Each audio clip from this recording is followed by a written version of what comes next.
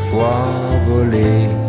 C'est pas un gag, Frankie Zapata existe vraiment et sa machine volante est absolument incroyable. Il a 2 réacteurs attachés aux pieds et il vole comme ça. Voilà, c'est un vrai bonheur que de le voir voler. C'est un pur fantasme également, un fantasme qui nous fait remonter aux origines de l'humanité. On va en parler avec nos 2 invités. Tania de Paola, bonjour. Mais bonjour. Metteuse en scène à la tête de la compagnie qui porte votre nom, la compagnie Tania de Paola, danseuse, enseignante également. Vous avez fait beaucoup de choses dans l'univers de la danse en particulier, mais puis vous aimez mélanger les formes. C'est pour ça qu'on vous retrouve aussi au théâtre avec une pièce, mais aussi de la danse, bien sûr. Et puis à vos côtés, Lucienne Perry est là également. Bonjour. Bonjour.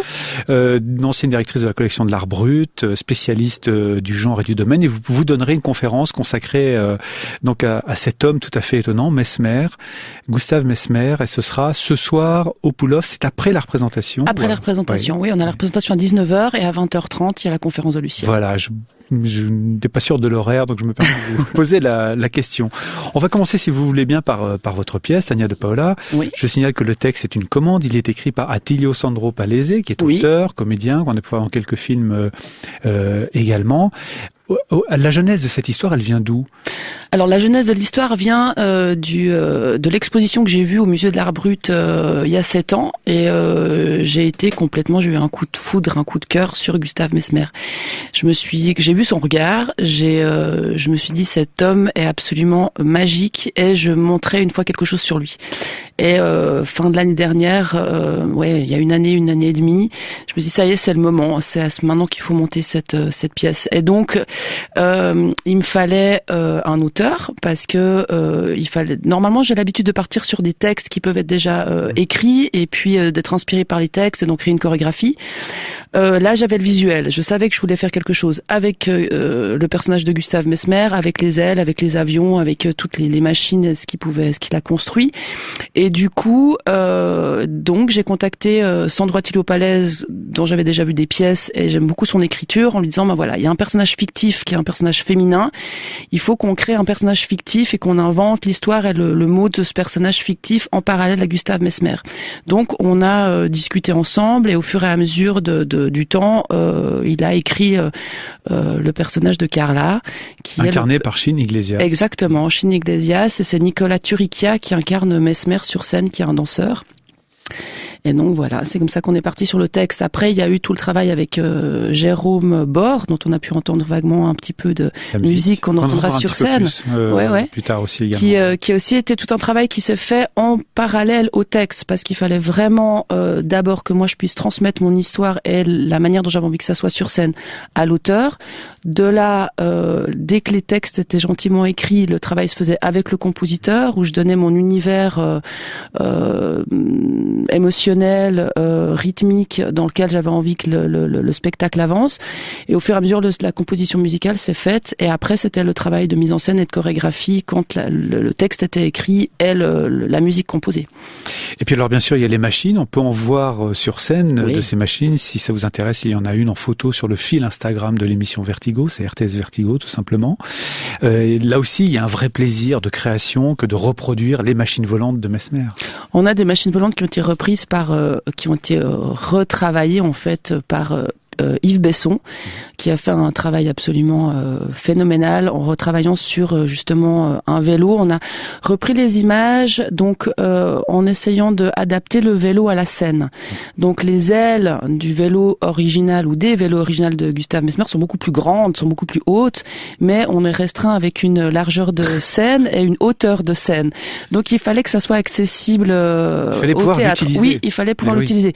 Donc c'est Yves Besson qui a fait ce travail-là en utilisant un travail absolument génial. Non, c'est phénoménal. Du reste, il y a aussi un travail d'éclairage qui est fait par Daniel Milovic, qui est absolument somptueux et qui permet de mettre en valeur aussi les personnages sur scène et les machines volantes. L'histoire, elle commence ainsi. Shin Iglesias, dans son rôle, débarque sur scène en hurlant, dans une robe de Marie-Antoinette, car elle est comédienne et elle est en fait exclue d'un tournage. Elle se retrouve à l'asile face à cet homme qu'elle ne connaît pas, qui est Mesmer. Ouais. Ouais, elle arrive en fait grandiose. Bon, c'est un personnage déjà grandiose, Shin. Hein. Les deux sont deux interprètes absolument magnifiques. Donc oui, elle arrive sur scène assez percutante. Oui. En étant persuadée, quoi. Elle veut être connue. Elle a un rêve, c'est Marie-Antoinette.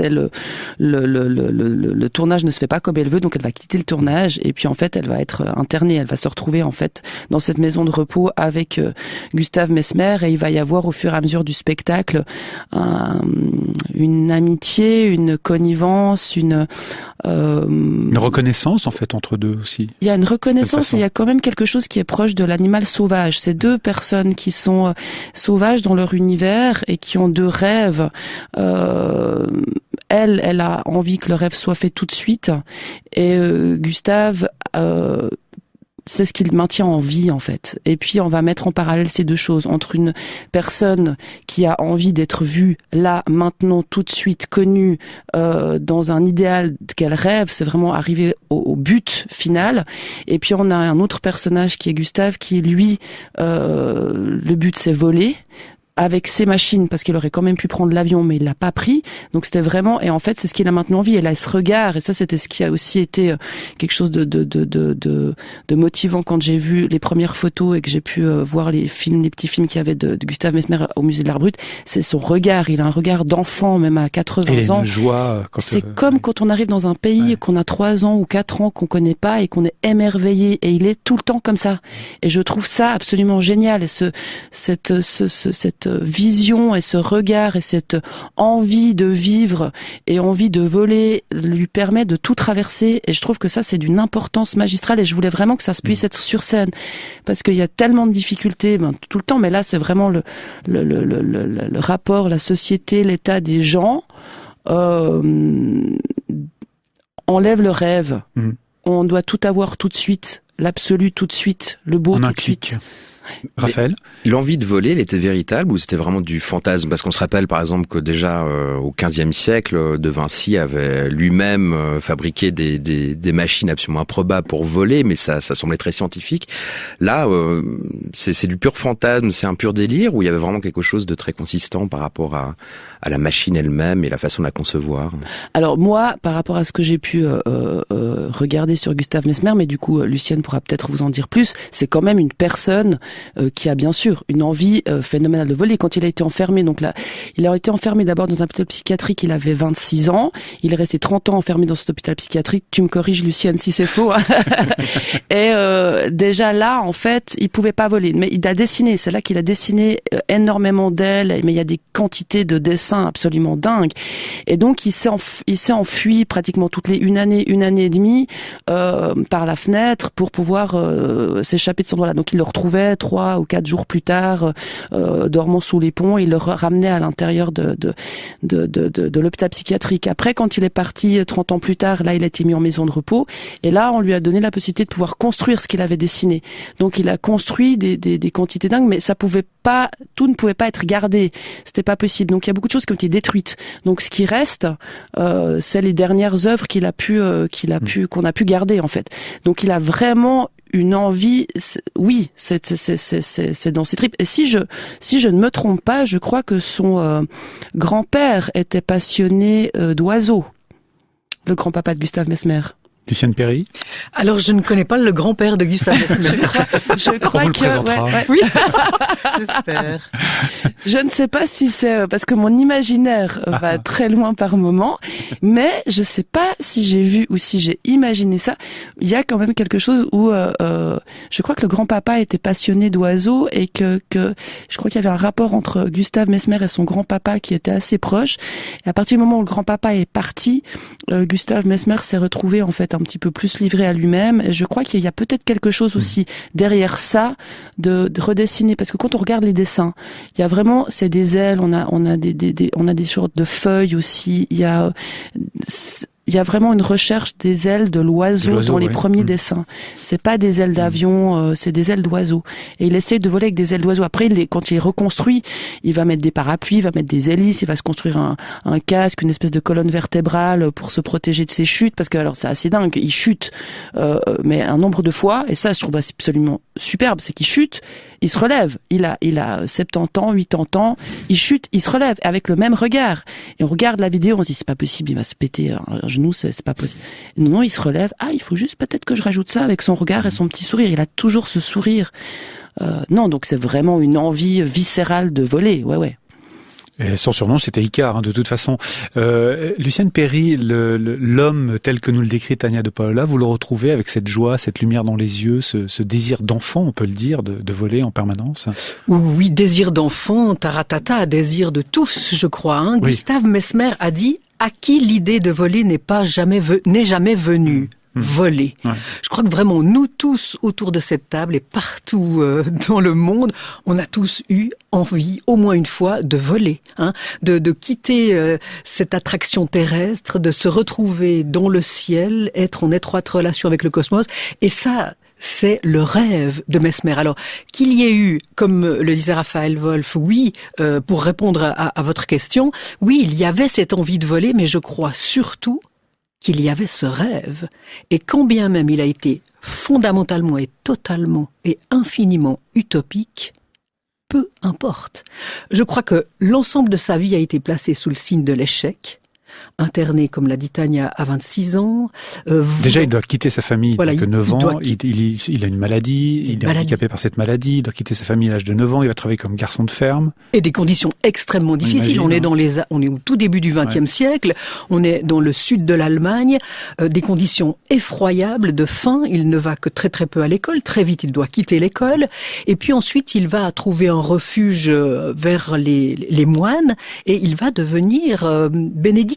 Enfin, il va être à l'abri peut-être pendant quelques années, et puis ça se passe pas si bien que ça. Il ne peut pas prononcer ses vœux, on ne sait pas exactement pourquoi. Et puis ensuite, voilà, tout réside dans ce moment, un funeste dimanche, où il intervient au sein d'un moment à l'église, il intervient et contredit ce que dit haut et fort l'homme d'église. Et puis là, alors, c'est vraiment le scandale.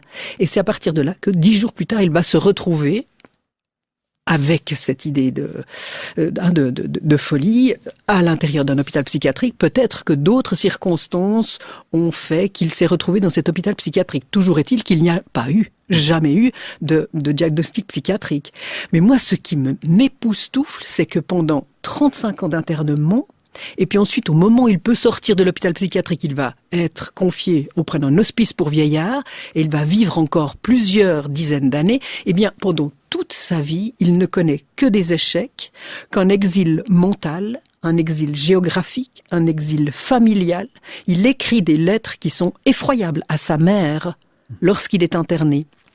Il lui demande de venir le chercher. Et jamais ça ne sera possible. Il est en exil, mais de manière permanente. Et peu importe peut-être, parce qu'il réussit à contrecarrer cette effroyable condition, ces effroyables conditions, mais c'est souvent le propre des auteurs d'art brut. Ils vivent des vies effroyables, et les œuvres qu'ils réalisent, vraiment ce sont les œuvres de la survie. Et puis elles sont très très belles ces œuvres, parce qu'on parle beaucoup des machines volantes, mais il y a aussi ces instruments de musique. Enfin, il avait cette volonté de reproduire ces éléments-là avec ce qui lui tombait sous la main. Surtout avec ce qui lui tombait sous la main. Il ne voulait rien de neuf. Ouais. Il ne voulait rien acheter, et il ne voulait pas qu'on lui donne quelque chose de neuf, de nouveau. Il aimait les choses anciennes, les choses abîmées, les choses tachées. Sa caverne d'Ali Baba, ce sont les ordures, ce sont les déchetteries, la corbeille à papier. Ce sont là qu'il y a déjà de la vie et qu'il veut redonner une vie nouvelle. Il récupère. Le mot de récupération en matière d'art brut, c'est un maître mot. Eh bien, ça se retrouve exactement avec Mesmer. Il veut réparer, il veut contourner la fonction première, il veut métamorphoser, et je crois que c'est ça qui est stupéfiant, c'est cette capacité d'invention, d'inventivité et son caractère insurrectionnel. Parce que au moment où on est interné, et qu'on réagit en inventant, soit par le dessin, soit par l'esquisse, soit par la sculpture, ce rêve, eh bien c'est une manière de résister. Certes pacifiste, certes il se tait, mais en se taisant, qu'est-ce que le silence on dit long. Et il échappe aussi aux politiques nazies d'élimination des internés. Enfin, disons, la chance qu'il a eue dans sa vie, c'est au moins d'avoir échappé à ça, ce qui fait qu'on a de nouveau ses œuvres aujourd'hui. Alors, on envoie une reproduction sur la scène du Pull-Off, Tania de Paula. Là, j'imagine que vous n'avez pas respecté, façon acteur studio, à la lettre, le travail de Messmer en allant chercher des éléments de récupération pour fabriquer les ailes du vélo. Vous êtes pas loin. Non, on n'est pas loin du tout. On a quand même pris des éléments de récupération. Ouais. Non, tout le travail, en fait, on a dû prendre un autre bois qui est le jonc, simplement pour que ça soit plus léger, parce que de devoir danser avec des ailes, il faut que ça soit quand même relativement léger par rapport au poids qu'avait Gustave Messmer. Donc du coup, on a travaillé beaucoup avec le jonc. On a totalement respecté l'univers de Gustave Messmer. L'ingénieur a vraiment gardé l'image. Tous les ressorts sont des ressorts de récupération, les boulons sont de la récup. Non, on a dû faire de récup, on a une échelle de récup. Messmer que vous avez respecté. Ouais, totalement. Non, ça c'était hyper important qu'on reste vraiment le plus proche de Gustave Messmer, et je crois qu'on a réussi à défendre ça. Ouais. Et votre danseur, comment a-t-il réagi lorsque vous lui avez expliqué qu'il allait devoir danser avec avec des ailes et sur un vélo et faire voler un vélo? C'est un casse-cou aussi. Non, alors ce qui est très drôle, c'est que quand je lui ai proposé ça, parce que quand je l'ai vu et que je l'ai auditionné, je me suis dit ça c'est vraiment le visage, c'est mon Messmer. Ouais. Et ce que je ne savais pas, c'est qu'avant de danser, il voulait être pilote. C'était son rêve. Ouais. Et là, les derniers spectacles qu'il vient de faire, il se retrouve à vélo.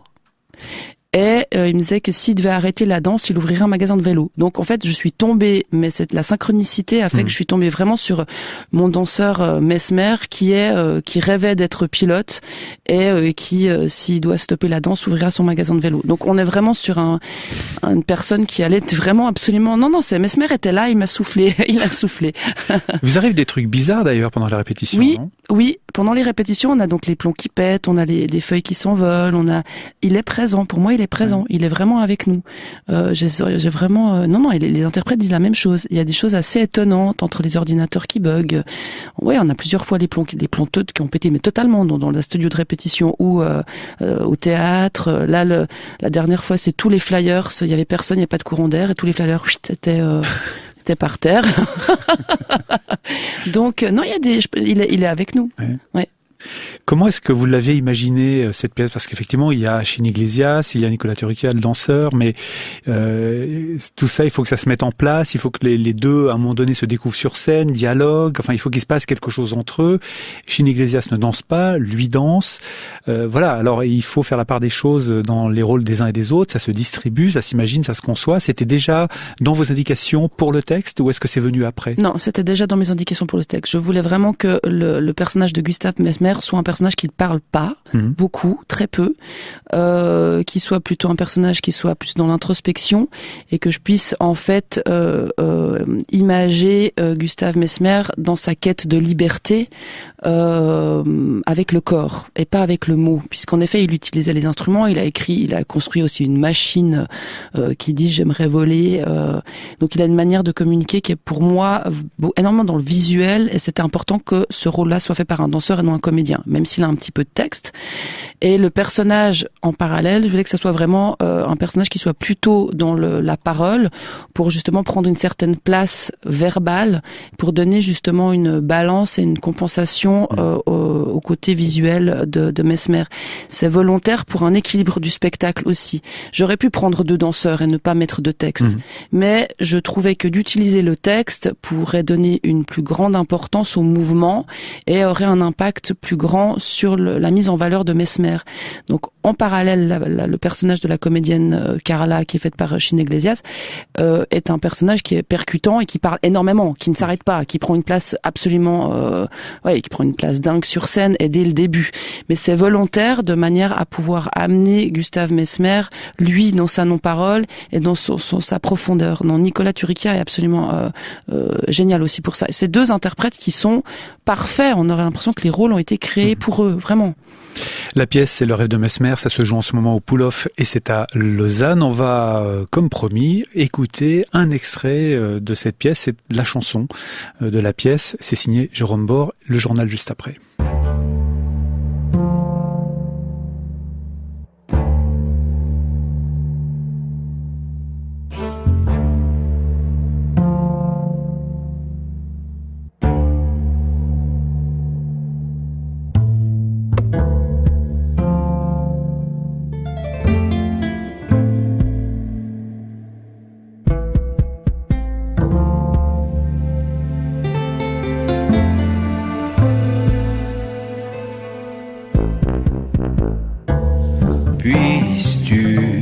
fois volé. Puisses-tu une fois volé. Monte sur une colline. Monte dans les altitudes.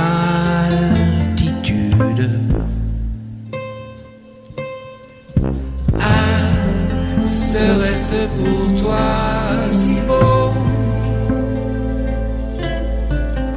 être aussi libre que les oiseaux?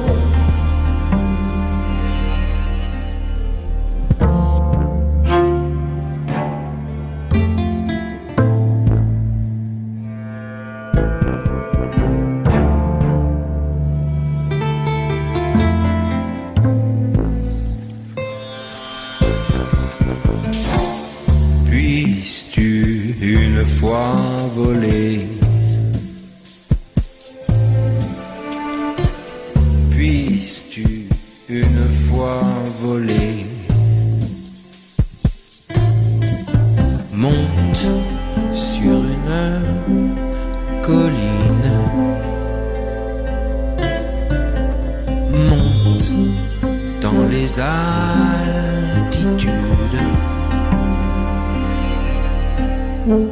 Ah, serait-ce pour toi si beau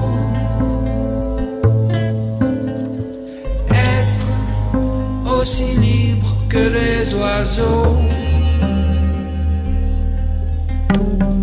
Ah, serait-ce pour toi si beau être aussi libre que les oiseaux? Ah, serait-ce pour toi si beau?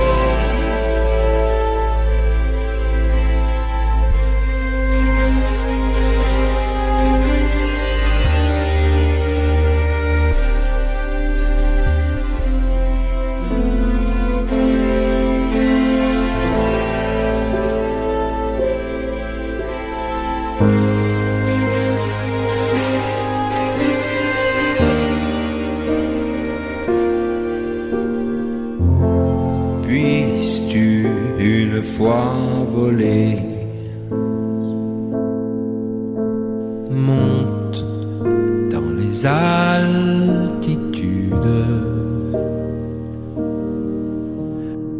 Ah, serait-ce pour toi si beau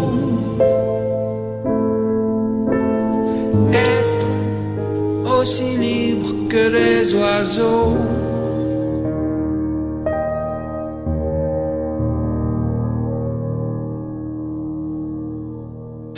Cette chanson, elle est signée Jérôme Bor, elle figure dans le spectacle de nos invités, Le Rêve de Mesmer, à voir au Poulof à Lausanne jusqu'au 15, et ce sera ensuite plus tard Interface à Sion, les 15 et 16 mars. On va les retrouver juste après le journal, Tania de Paola et Lucienne Perry, mais auparavant, voici l'inforoute. Infotrafic RTS. Sur le contournement de Genève, de forts ralentissements sont signalés entre Mérin et Vernier ainsi qu'entre Perly et la douane de Bardonnay en direction de la France. L'inforoute, on continue, c'est sur notre site rts.ch/trafic. Infotrafic RTS en collaboration avec les CFF et le TCS. Vous restez avec nous, on va retrouver nos invités, Tania de Paola et Lucienne Perry après le journal. Et puis tout à l'heure, on évoquera cette énorme expo Picasso à la Fondation Beyeler à Bâle. On ira s'intéresser à la dernière chanson de Bastian Baker. On s'intéressera à Simon Otto, qui est un Suisse à Hollywood, mais qui est en train de quitter Hollywood parce qu'il travaille dans le milieu de l'animation et ça se passe pas très bien là-bas. On verra tout ça avec Raphaël Wolf. La première vous offre l'heure. Sur la première, il est 17h, voici le journal que nous présente Christine Maté. Bonjour Christine. Bonjour Pierre-Philippe, bonjour à tous. Les tensions diplomatiques entre Rome et Paris ont franchi une nouvelle étape ce matin. Fait plutôt rare, la France a rappelé son ambassadeur en Italie. Dans un communiqué, le Quai d'Orsay explique que cette décision a été prise après une série de déclarations outrancières et d'attaques sans précédent de la part des responsables italiens. À Rome, une correspondance d'Éric Joseph. Après des mois de tensions entre Rome et Paris, que ce soit sur la question migratoire, sur le conflit en Libye ou encore sur la présence française en Afrique, ce sont les contacts officiels entre le mouvement 5 étoiles et les Gilets jaunes qui ont visiblement conduit au rappel de l'ambassadeur. Le ministère des Affaires étrangères français dénonce une ingérence inacceptable, ajoutant que la campagne pour les élections européennes ne saurait justifier le manque de respect entre gouvernements démocratiquement élus. Avant-hier, le vice-premier ministre italien et leader du mouvement 5 étoiles, Luigi Di Maio, est ainsi venu en France pour rencontrer le très controversé Christophe Chalencon, l'une des figures des Gilets jaunes, et il a lancé « Le vent du changement a franchi les Alpes ». En réaction à cette crise diplomatique sans précédent entre la France et l'Italie depuis 1945, le leader de la Ligue, Matteo Salvini, a assuré qu'il était prêt à rencontrer Emmanuel Macron pour aborder les questions qui fâchent. De leur côté, les 5 étoiles parlent de provocation de la part du gouvernement français. Éric Joseph, RTS Info, Rome. Facebook devra réfréner ses ardeurs en Allemagne. Le gendarme allemand de la concurrence limite l'exploitation par Facebook des données de ses utilisateurs en interdisant au réseau social de piocher dans les informations collectées par des sites ou des filiales comme Instagram et WhatsApp. Concrètement, le groupe devra solliciter l'accord explicite de ses quelques 30 millions d'utilisateurs allemands avant de rattacher à leur compte les données obtenues via des applications qui lui appartiennent ou grâce au bouton j'aime inséré sur des pages internet. La ville de Fribourg doit revoir son système de prévoyance. Elle a présenté cet après-midi son projet d'adaptation de la caisse de prévoyance du personnel. Il s'agit d'anticiper les futures normes fédérales et aussi l'afflux des baby-boomers. Les autorités prévoient de baisser le taux technique et de passer à la primauté des cotisations. Conséquence non négligeable, les rentes baisseront en moyenne de 15%. Et de son côté, la ville payera aussi sa part. Thierry Steyert, syndic de Fribourg. Il y a d'une part un montant unique qui est payé par les employeurs qui est environ 10,3 millions. Ensuite, il y a une augmentation des cotisations des employeurs de 4 points. Et ça a une incidence pérenne, bien sûr, pour la ville de Fribourg de 1,2 million par année. Monsieur Steyert, vous êtes socialiste. Les syndicats, le SSP pour ne pas le nommer, vous attaquent quand même assez durement sur votre manière de pratiquer le socialisme. Qu'est-ce que vous répondez ? Je réponds que je suis élu comme représentant de la ville de Fribourg. Nous devons prendre en compte les intérêts publics de manière générale. Nous prenons nos responsabilités. Et si nous ne les prenons pas, je rappelle aussi que les membres d'un comité d'une caisse de prévoyance sont tous responsables personnellement. Donc si on ne prend pas nos responsabilités ici, on aura des conséquences à subir ultérieurement. Thierry Steyert avec Fabrice Godiano. Ce projet sera soumis aux législatives de la ville dans 10 jours. Il est d'ores et déjà contesté par le syndicat SSP. La prochaine fête des vignerons affine ses préparatifs. Le chantier des arènes sera terminé le 20 mai. Il sera alors possible de visiter l'écrin de la fête qui pourra accueillir 20 000 spectateurs. Frédéric Hall, directeur exécutif de la manifestation, a annoncé aujourd'hui que les terrasses de la confrérie seraient ouvertes dès le 20 mai. Un espace qui fera la part belle aux vins suisses et aux produits du terroir vaudois. Et dès le 20 mai également, les répétitions se tiendront dans les arènes. Une réponse aux commerçants qui ne souhaitaient pas que l'espace reste vide les semaines qui précèdent les festivités. Premier jour des représentations le 18 juillet. Et puis on a appris aujourd'hui également que Michel Voita, le comédien, qui est un régional de l'État, tiendra le rôle du grand-père dans la mise en scène de Daniele Finzi Pasca. Il existe désormais un fonds suisse pour soutenir les start-up et les PME innovantes. Un fonds créé par le secteur privé et le monde politique. C'est l'une des initiatives de la Swiss Entrepreneur Foundation. Ce projet a été présenté ce matin à Berne. La fondation est chapeautée par le département fédéral de l'économie et collabore avec des entreprises, la mobilière UBS, Crédit Suisse. Les start-up et les PME seront épaulés en parallèle par un groupe d'experts. Les explications de Didier Denat, responsable clientèle entreprise chez Crédit Suisse, sur les 2 buts de ce nouveau fonds. Ce fonds va être vendu à des investisseurs institutionnels et privés. Et c'est des gens qui, par définition, demandent un certain rendement. Donc le rendement, oui, est important. Mais il faut que ce soit un rendement qui est approprié et surtout qui est bien diversifié. Mais outre le rendement, on veut faire quelque chose de bien pour la Suisse, pour aider notre beau pays en fait à se développer et à faire la différence. On est tous un tout petit peu soucieux. On a les technologies, on a ces jeunes pousses, mais souvent en fait elles s'épuisent un peu trop rapidement et donc nous sommes un peu en déficit par rapport à d'autres pays où en fait l'environnement est plus propice. Et je crois que c'est très important de le souligner. Des propos recueillis par Camille Degotte. Du cinéma maintenant, la Berlinale ouvre ses portes aujourd'hui dans la capitale allemande. Le premier gros festival de cinéma européen de l'année envoie un signal fort aux réalisatrices, mieux représentées que jamais. 7 des films en course pour l'Ours d'Or, plus de 40% des longs métrages sont faits par des femmes, contre seulement 14% à Cannes et 5% à Venise l'an dernier. Parmi elles, l'Espagnole Isabelle Coixet présentera Elisa et Marcella sur l'histoire d'amour entre deux femmes dans l'Espagne du début du XXe siècle. Il s'agit du premier film Netflix en compétition à la Berlinale, après le Lion d'Or obtenu l'an dernier par la plateforme à la Mostra de Venise pour Roma. Et c'est une météo perturbée qui nous attend. Une suite de perturbations qui passeront sur nos régions jusqu'à dimanche. La première traverse la Suisse cet après-midi. Entre ces perturbations, on pourra compter sur de belles éclaircies. Les précipitations cesseront en soirée ou dans la nuit selon les régions. La limite de la neige s'abaissera ce soir vers 700 mètres. Température en baisse, -7 la nuit prochaine. Et demain, le temps sera bien ensoleillé. Sauf quelques passages nuageux, en particulier le long du Jura et en Ajoie. Température en pleine, -1 à l'aube demain, jusqu'à 9 degrés dans la journée. Les thermomètres vont remonter demain en montagne à 2000 mètres. Ils passeront de -7 à -1 en cours de matinée. Merci Christine Maté. Rendez-vous tout à l'heure à 17h30 dans Vertigo pour le rappel des titres. À tout à l'heure. Vertigo. Vite, c'est Vertigo. Tania de Paola et Lucienne Perry sont nos invités. Tania de Paola est la metteuse en scène et elle est à l'origine de ce spectacle Le Rêve de Mesmer, une création à voir au Pull-Off à Lausanne. C'est jusqu'au 15 février. Si vous ratez ces représentations, si vous n'êtes pas dans la région, sachez que la pièce sera présentée également au Théâtre Interface à Sion les 15 et 16 mars. En attendant, peut-être allez savoir d'autres dates. Le texte est signé Attilio Sandro Palese. C'est une commande réalisée pour l'occasion.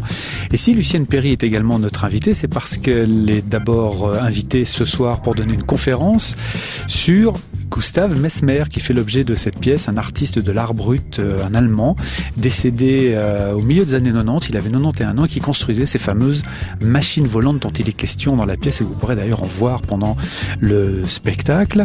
Et puis vous avez également participé, on va parler dans quelques instants, Lucienne Perry a un livre consacré à Gustav Mesmer. Vertigo, Pierre-Philippe Kader.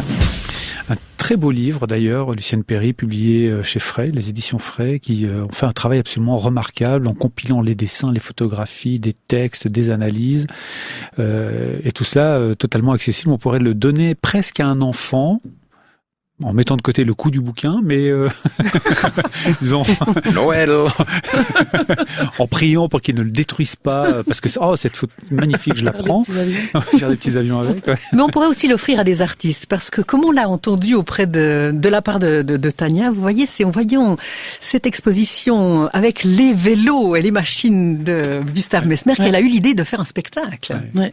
C'est souvent que les artistes d'art brut inspirent comme ça des mises en scène ou des l'art films. brut, c'est très très inspirant à voir. En tout cas, Jean Tinguely d'ailleurs venait très régulièrement à la collection de l'art brut pour dire que qu'est-ce qu'il y a de nouveau.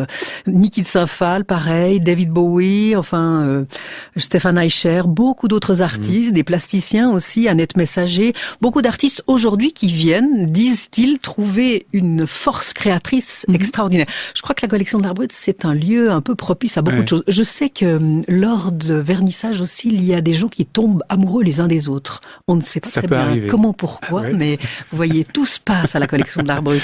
Vous dites qu'y a-t-il de nouveau dans l'art brut? Ce qui me surprend d'ailleurs, parce que, je veux pas vous reprendre là-dessus, mais c'est vous qui savez, mais dans le fond, l'art brut, il y a pas de mouvement, il y a pas de tendance. L'art brut en tant que tel, il naît et puis il existe comme ça par artiste. Chaque artiste ait son propre mouvement, non? Tout à fait, exactement. C'est tout à fait juste. Ça n'est pas un mouvement. Chaque artiste a son propre mouvement et son propre mouvement. Surtout Gustav Mesmer d'ailleurs. Mais il y a de nouvelles découvertes. C'est ça en fait qui fait vibrer le public, qui fait que le public encore et toujours se rend à la collection de l'art brut, mais dans tous les musées qu'il y a de plus en plus, en France, en Allemagne, en Angleterre, aux États-Unis, au Japon, il y a vraiment une espèce de grand intérêt croissant, un engouement insoupçonné et à nul autre pareil. On n'a jamais vu autant d'intérêt pour l'art brut par des expositions, par des publications, par des spectacles, comme on le voit avec ce spectacle au Pull-Off. Je crois que l'art brut nous désarçonne et je crois qu'on a besoin d'être désarçonné. Mais de quoi est-ce le signe, cet intérêt pour l'art brut? Moi, je crois qu'il y a, de la part des auteurs d'art brut, une volonté de créer et d'être enfiévré. Chez Gustave Mesmer, puisqu'on parle de lui, je crois que s'il ne réagissait pas tant que ça lorsque l'on détruisait ces machines à voler et ces grandes bicyclettes avec ses ailes interchangeables, eh bien c'était parce que de toute façon il était tout à fait habitué au fait qu'il n'y avait pas de reconnaissance par rapport à ce qu'il était en train de créer. Mais surtout... Il ne la cherchait pas, la reconnaissance. Il ne la recherchait pas. Et surtout, je crois que les auteurs d'art brut, et c'est le cas de Gustave Mesmer, nous montrent que ce qui l'intéresse, c'est le moment de la création, le moment de la fabrication, le chemin, le moment où il est enfiévré. C'est cela qui le meut intérieurement, extérieurement aussi. Je crois que c'est cela aussi que les artistes aiment chez ces auteurs d'art brut. On a besoin de ces créateurs qui travaillent surtout pour une œuvre qui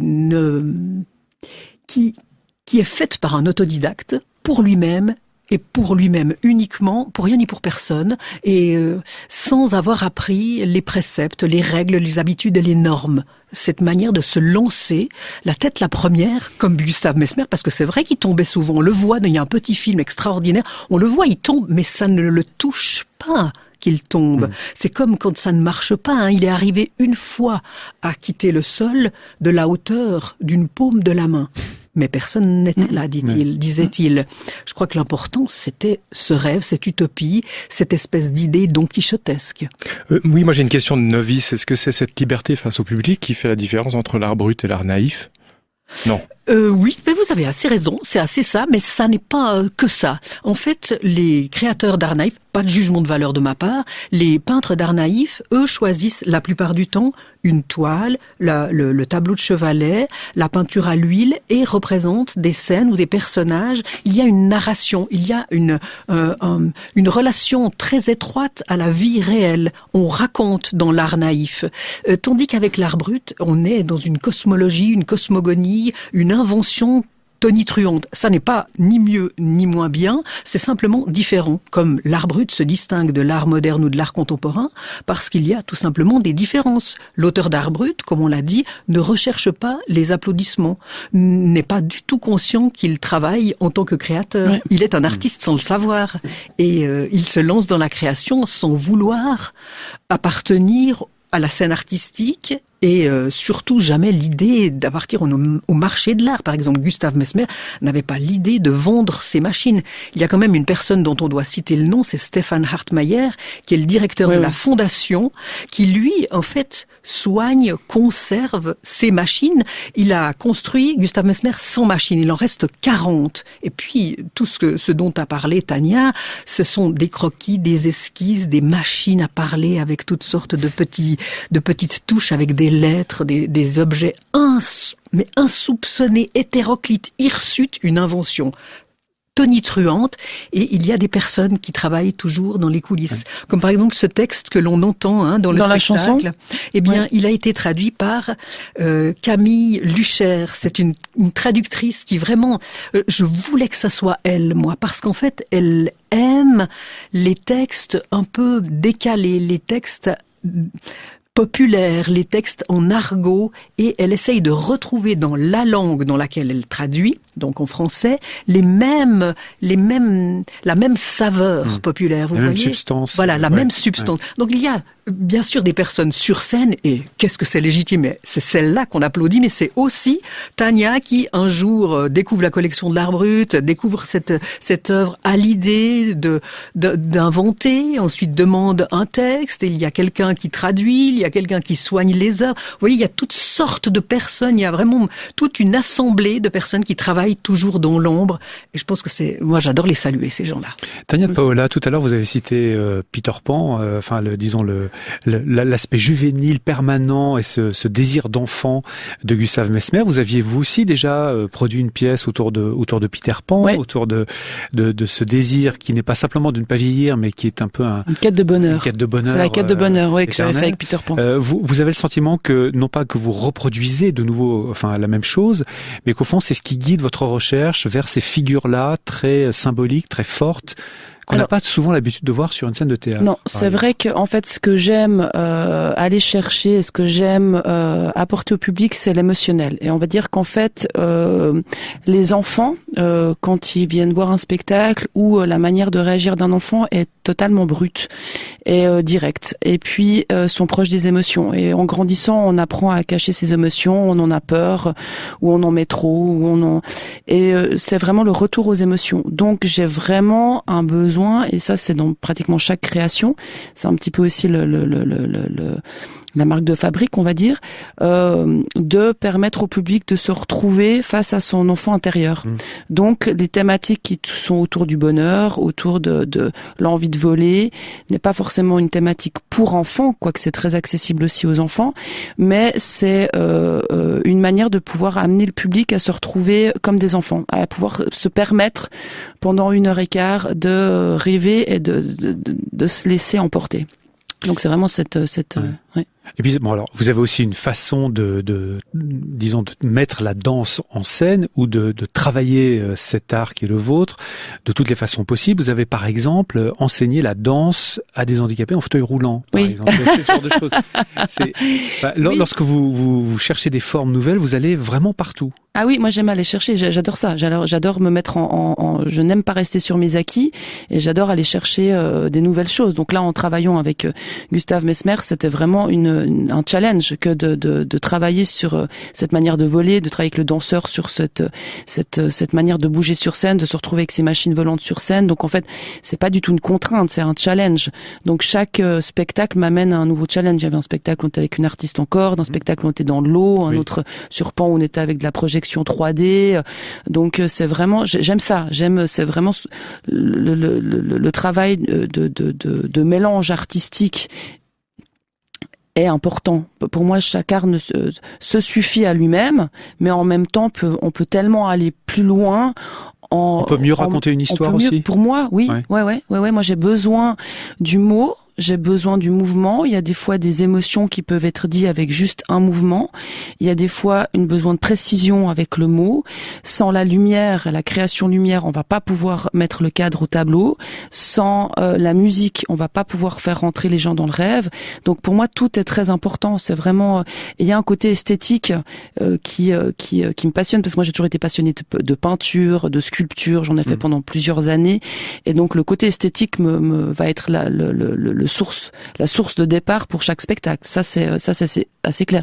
C'est vrai qu'en travaillant avec des personnes handicapées en chaise roulante, la danse avec des personnes en chaise roulante, on a l'impression comment est-ce qu'ils vont pouvoir danser, mais en fait de mettre de la musique et de permettre de laisser les émotions rentrer dans le corps vont amener la personne handicapée à peut-être juste bouger un doigt, va peut-être juste bouger un tout petit peu la nuque. Mais en fait, c'est l'émotion que va pouvoir susciter la danse qui va permettre de s'exprimer.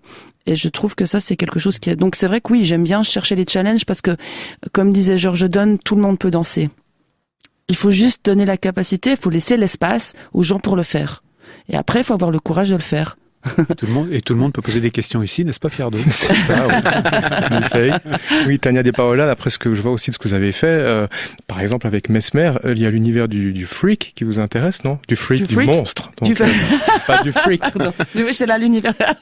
Bah oui, quand on parle d'esthétique, c'est aussi l'esthétique qui est dans la marge, non? Oui. Alors moi, je trouve pas que ça soit le côté. Alors, ce qu'il y a du côté marginal, je trouve, et ce qui me passionne avec les artistes d'art brut, c'est cette liberté. C'est qu'en étant connoté avec un art précis, on a un manque de liberté. Pour la danse, la même chose. Il faut rentrer dans des cases. À partir du moment où on doit être acheté, on doit vendre, on doit susciter un intérêt financier, ou en tout cas, il faut que ça... On doit respecter des codes. Et donc, notre art ne peut plus être aussi libre. Et donc, c'est quelque chose sur lequel je me bats. J'essaie d'être relativement libre et de me permettre d'utiliser différents arts pour justement me laisser cette liberté-là. Ce qui est pas tout simple, parce que c'est justement un peu inclassable, puisque ça mélange la danse, le théâtre, les machines, ou de la peinture, ou la projection, ou la musique. Mais je ne me rappelle plus de la question. Si vous avez... je parlais lui non plus d'ailleurs.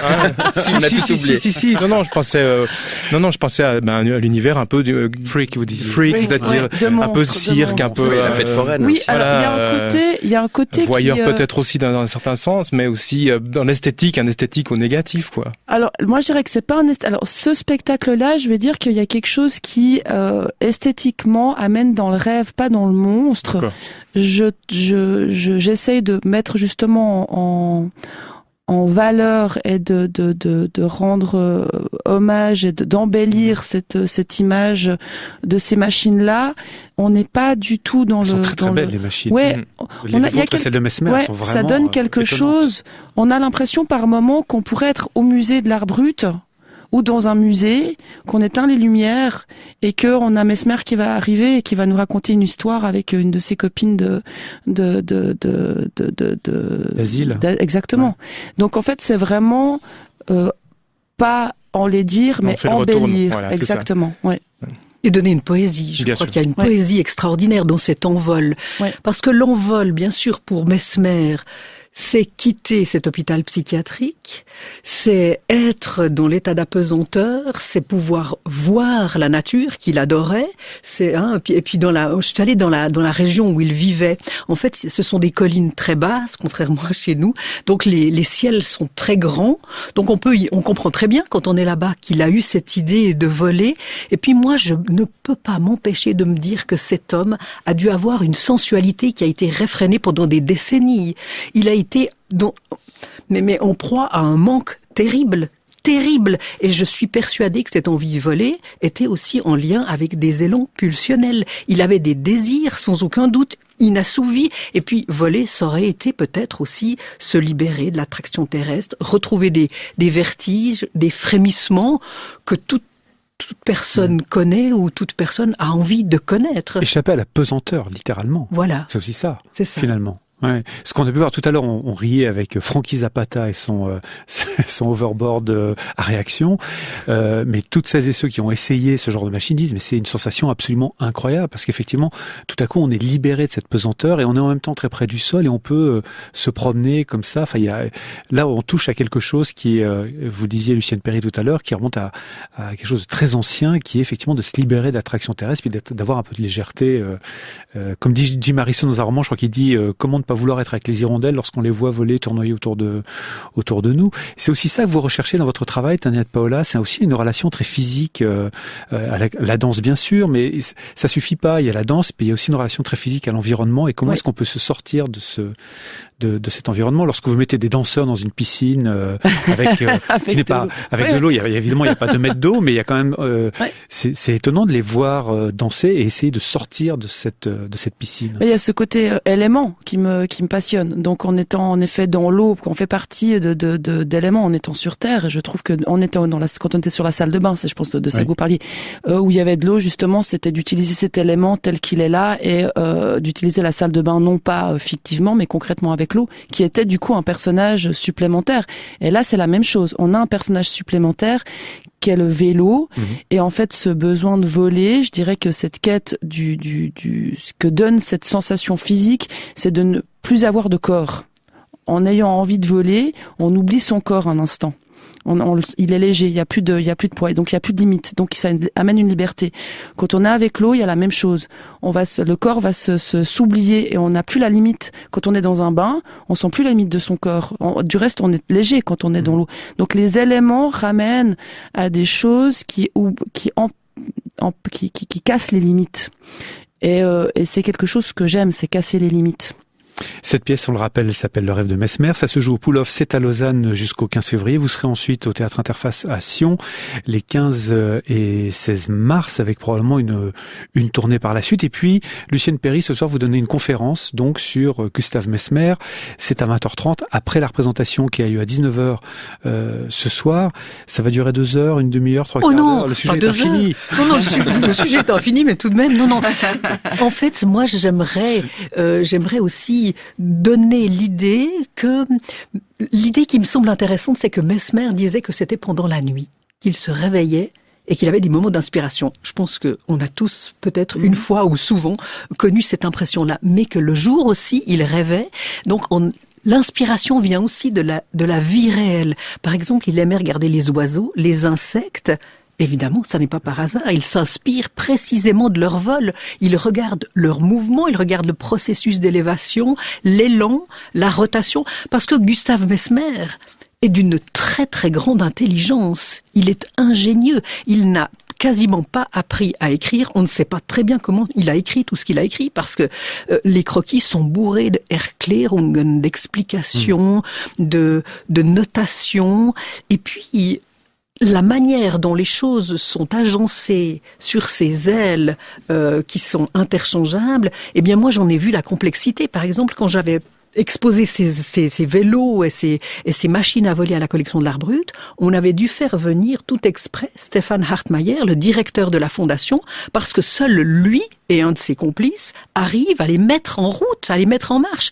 D'ailleurs, j'ai l'idée de présenter ces œuvres bientôt à Shanghai. Eh bien, il faudra faire il faudra faire avec eux, ou alors peut-être aller avec une machine à voler à Shanghai. Et à la Bécherette. On va tous décoller. Je vais demander à mon ingénieur qui nous prépare des pourquoi pas. Oui, pourquoi pas, absolument. On dit aussi que, alors il y a un très beau site d'ailleurs qui est consacré à le site de la Fondation d'ailleurs, qui est consacré à Gustav Mesmer, sur lequel on trouve plein d'explications en allemand.